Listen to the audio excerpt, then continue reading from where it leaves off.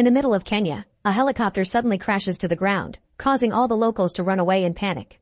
A group of American soldiers guides the locals out of town as they take positions to find the attacker, only for two soldiers to suddenly disappear in a puff of smoke. The group immediately opens fire at an invisible enemy, but when the leader turns around, he sees something explode. The discharge sends him flying and knocks him out. Sometime later, the soldier wakes up in a prison cell with no memory of where he is, how he got there, or even his name. There's a serious cut on his arm, the police station is in ruins, and the power is failing. Desperate for answers, he looks around and discovers a loose brick on the wall, so he takes it off to look outside, only to discover a helicopter crashing to the ground in the area in complete chaos. He starts yelling for help, but this causes the prisoner in the next cell to scold him because making noise will get them killed. Her name is Nadia and she's a French doctor who had been working in a foreign aid hospital for a little over 2 years. As a loud stomping noise outside causes the building to start shaking and power outlets to spark, Nadia explains the entire planet has been invaded by machine-like aliens. Terrified, the guy starts yelling for help through the hole again, ignoring Nadia's warnings. Unfortunately, she's right and soon a bunch of men enter the police station looking for trouble. After killing the hostage they brought, they remember that there's a special reward for catching Americans, but Nadia can't understand what they're saying. The American reveals he can speak their language and tries to negotiate, but they only laugh as they let him out. The soldier immediately starts fighting the group leader, exchanging a few hits before they end up falling through the window. Meanwhile, the other two thugs go into Nadia's cell, but she quickly defends herself with a glass shard and takes the thug's gun to shoot him. The other guy puts up a tougher fight and pushes her against the wall, but Nadia finds another loose brick and hits him. Then she takes his weapon and shoots him too. At the same time outside, the American soldier also steals a weapon and shoots the leader. Another thug comes after him with a taser, but to the American's surprise, he is able to grab it and send the electric shock back to the guy, electrocuting him out. Before he can accept the idea of having powers, he turns around and notices the alien robots coming after him. This is the thing that caused the stomping noise and its huge size is terrifying. As people run away in panic, the American soldier rushes to hide inside a wrecked car, yet the robot still manages to scan him from afar. However, it just leaves without doing anything. Afterward, the American soldier goes back inside for Nadia, who sees the word Bo on his sleeve and decides to call him that. After they pick up a few weapons from the thugs, Bo wraps up his arm wound and they leave the station, seeing more bodies on their way out. Bo wants to reach the U.S. Army base, but Nadia thinks it's pointless. Everyone is probably already dead and they won't be able to call anyone for help because 8 days ago every satellite fell out of the sky. It's too dangerous to be alone on the road, but Bo doesn't want to stay and do nothing. He wants to fight. In the end, Nadia accepts to go with him. They gather all the water and food they can find, doing their best to ignore the bodies lying around, and they take off in a stolen car. Bo sometimes can see memory flashes of a fight in his mind, but he can't make sense of them. While they drive down the road, Nadia explains she can fight because she used to be a doctor for the army, so she receives some training too. Suddenly a few bullets go through the car window and they have to stop, only to discover they're surrounded by Kenyan soldiers. Nadia tries to negotiate by saying she's a doctor asking for passage and that Bo is his escort. She also offers them their water. While they argue, one of the soldiers sees Bo's circle tattoo and freaks out, claiming that the duo comes from the dish.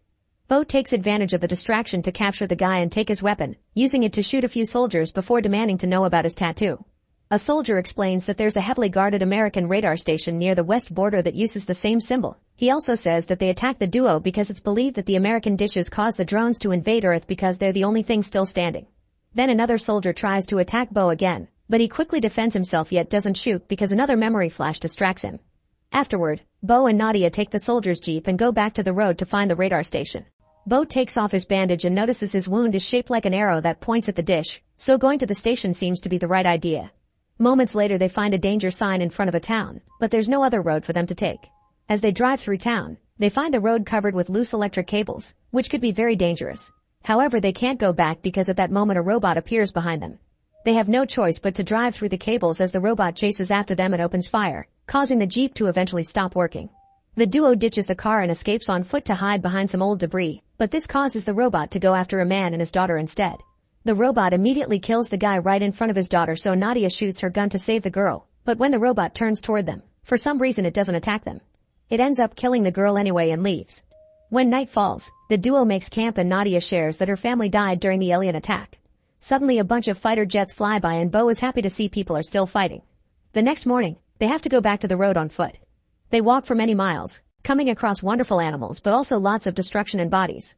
Eventually they hear a noise that almost sounds like a voice speaking English, but when they follow it, they discover is a recording set by a group of locals as a trap. The duo is soon surrounded and captured to be taken to a destroyed building, where they're chained to a wrecked car. At that moment, two people pass near them on bikes, and behind them there's a robot also coming.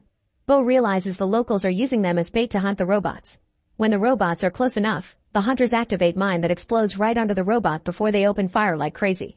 However, the robot doesn't seem to take any damage, so instead the hunters throw a chain around it and finally knocks it down by hitting it with an electrical surge.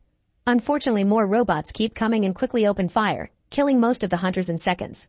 While the fight keeps going around them, Bo finds a painful way to remove their chains and the duo rushes to hide as the bikers drive away, causing the robots to go after them. Once the enemy is far enough, Bo and Nadia go back to the road. While they're crossing a bridge, Bo notices a light and almost opens fire, but it turns out to be a photojournalist with his camera. His name is Stander, and he's taken lots of photographs documenting the arrival of the aliens. He's seen the spaceships take people away and he's gotten hurt in the process, but he doesn't think he'll make it. Stander shows the duo all the pictures he's taken, including proof that the aliens are using Earth's electrical power and a powerful shot of a kid throwing a rock at a robot.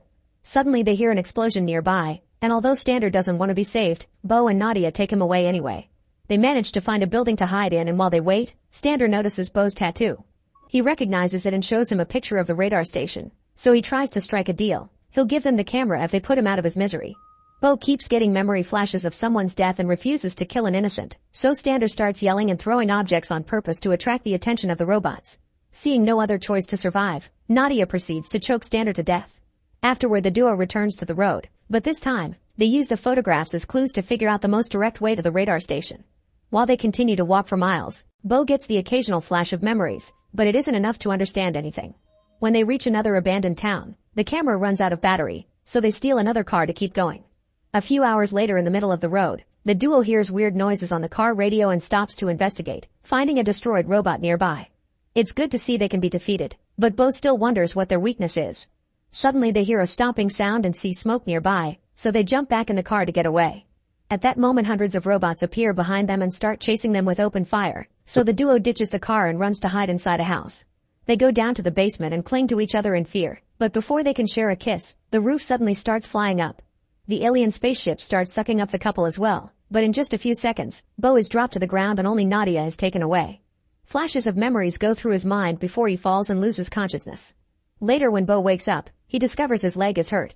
After removing the debris from the wound, he has no choice but to continue his journey alone, walking slowly and weakly because of the state of his leg.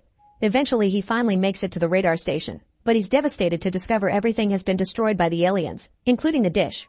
After noticing the graffiti on the wall is fresh, he decides to find the people behind it and comes across another town. Once he reaches the streets, he finds a bunch of people running away from the robots and he's surprised to see this group has a special device that allows them to defeat their enemy. At that moment, two robots appear in front of him, but these ones are a different model. They come close to him and scan him but leave without doing anything. This triggers proper memories in Bo's mind, and he remembers shooting a rocket at a robot.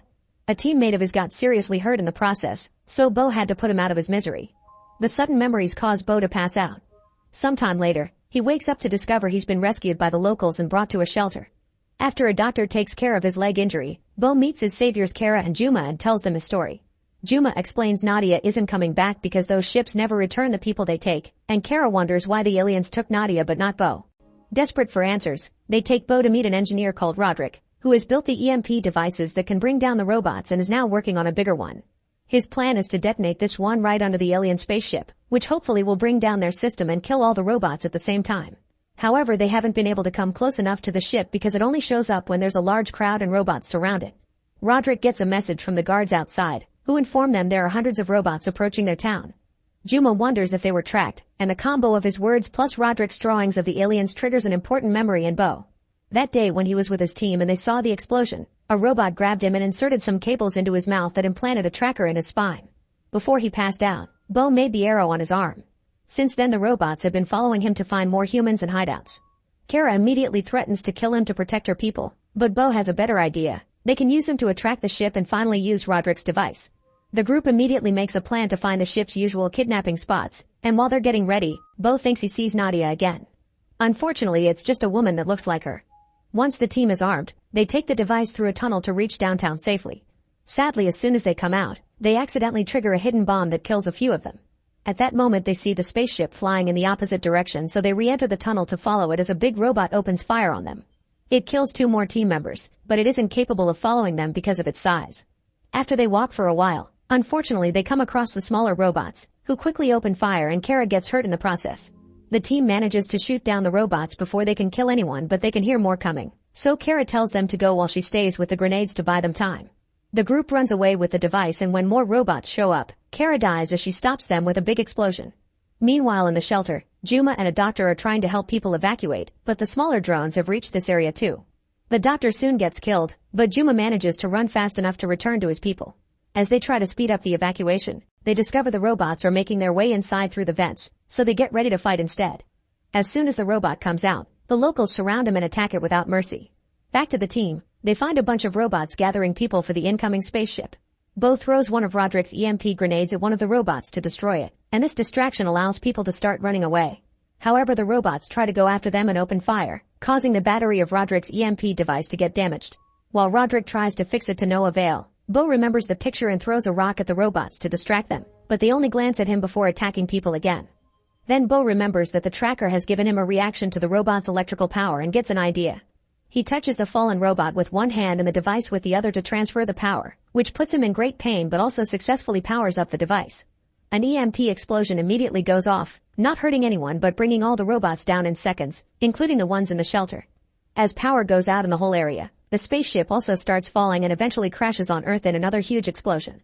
While the people around them realize the war against aliens is finally over, Roderick checks on Bo, who is finally getting the rest of his memories back. However, he decides to keep his name as Bo. Make sure to subscribe and turn on notifications so you can watch more videos like this. Thanks for watching.